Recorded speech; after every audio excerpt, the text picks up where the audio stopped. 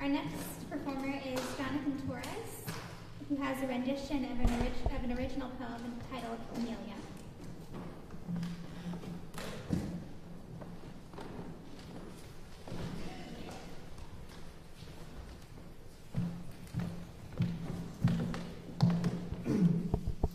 This poem is entitled Amelia, and I begin with two lines from Dante's La Vita Nuova. Lo mi senti svegliar dentro alla correre, un spirito amoroso ci dormia, which translates into I felt an awakening in the center of my heart, a spirit of love that was sleeping. There's no hope now for this crippled body, for this voice within has become hoarse from yelling.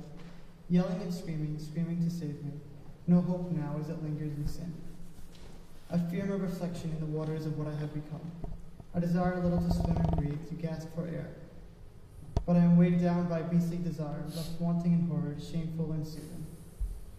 So no hope now waits for me, for this is my choice, my desire. Even though I desire another desire, it has proven too far to reach, too painful to grasp. Except I must, as fate between both body and mind, my soul doth toil. It toils in silence as my flesh shall smile for a little while, just a lost moment in time. Yet as it sleeps, a pestering breath covers the earth. It spreads and weaves a relentless force, breaking cold stones, uprooting fig trees and oceans. There is no escape, this actuality commenced. Awake, oh awake from that bed of death, and live another day condemned to hell. Yet the breath has heard what the flesh has not. I stand facing the west as it comes riding from the east. I go now and hide behind that screen so familiar, yet somehow find a hidden breath within, and perhaps I believe I have found it so, yet to what effect I shall never know. Eyes emerald, sharpen knives into the soul, dare give words to the wordless and life to the lifeless, giving rise to the voice to ransom the flesh from the sin, and ransomed it has with one soul-piercing smile. Extend, O wretched flesh, my arm to her face, though impeded my motion this cursed screen has, ached and battered, a heart black and blind, yes, blind to such things we are. 7 days this breath takes to shatter my fortress high, then mercy sounds a trumpet and tears the veil over my eyes, and frozen I become to what I can now see. Unworthy am I to admire the admired.